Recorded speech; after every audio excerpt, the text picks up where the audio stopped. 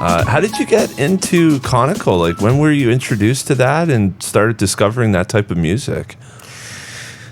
Let's see. I did a tour in 2001 with a tabla player, just somebody that was looking for a drummer that could play odd times.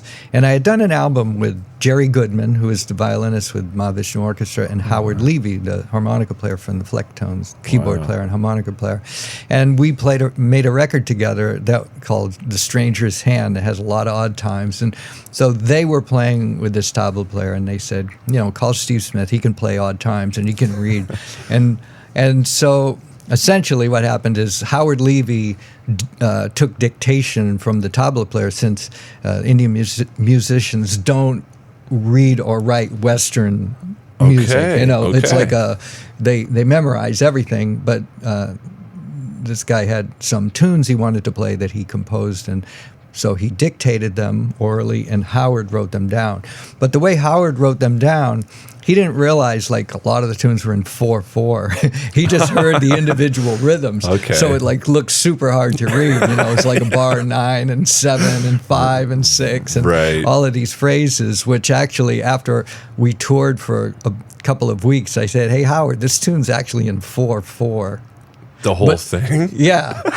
That's amazing. But those phrasing were happening. That kind of phrases were happening, which I went, well, that's pretty fascinating. I found that to be really fascinating. So then so that was 2001. So 2002, I was doing a drum camp in Germany called Rhythm, and it's the predecessor to Drum Fantasy Camp. Is what I'm involved in these days. But it was in Germany, and there was teaching going on during the day. Chad Wackerman was there that year. A lot of good players. But at night, like around 6 o'clock, after all of us had taught, there was an evening class of Indian rhythms from a drummer from South India. Okay. And so I went to his class 6 nights in a row. And that's when I was introduced to Konnakol, because he used Konnakol to teach the fundamentals of South Indian rhythm. Mm-hmm. And I found it really interesting. And so I took a lot of notes, I made some videos, and then I went home and started practicing and got to a pretty good degree of proficiency. But then in 2003, I got a call from a musician that I had met at that time, George Brooks, who's a saxophone player who specializes in writing East meets West type of fusion.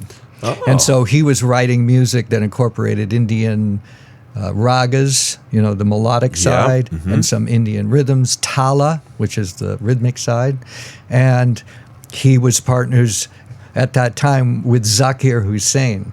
Okay. Who's like the greatest tabla player alive on the planet. Right. And he asked me if I wanted to be in that band. And I said, absolutely. So that group is called Summit, with Kai Eckhart on bass and Fareed Haq on guitar, and myself, George Brooks, and Zakir. So we got together, we made a couple of albums. We actually did quite a bit of touring. So in those years, like 2 or 3 years of touring. So that was like very high level Indian rhythmic education to be in a rhythm section with Zakir. And Zakir, like most of the Indian musicians, really loved to teach.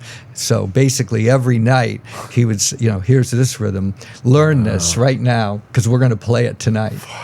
So it was like fast forward learning the rhythms and performing them on the gigs.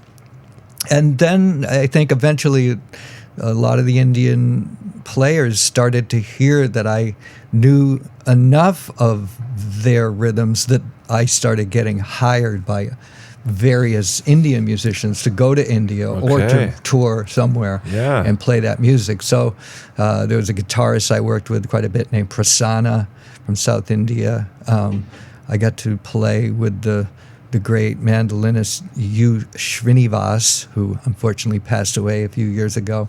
Then I met Selva Ganesh, fantastic Kanjira player from South India.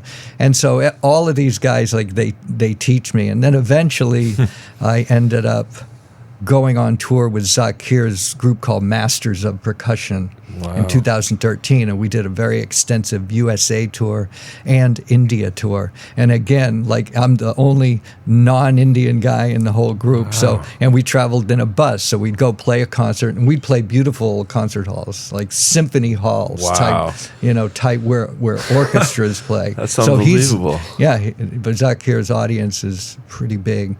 And then every night we'd get on the bus, and then they'd be going, da katakadina kita takatari kita takadum takadina takadima takajuna da, and then learn this rhythm because we're going to play it tomorrow night, And so, so that's how it all came about. And then I eventually, the pressure, started incorporating it into the Vital Information music. Another guy that I really learned a lot from is Pete Lockett. Okay. And Pete really helped me with a lot of rhythms. And I had Pete perform on a Vital Information album called Vitalization. And we've played some gigs together as well. So he's a Westerner that is really quite a virtuoso in both North Indian and South Indian.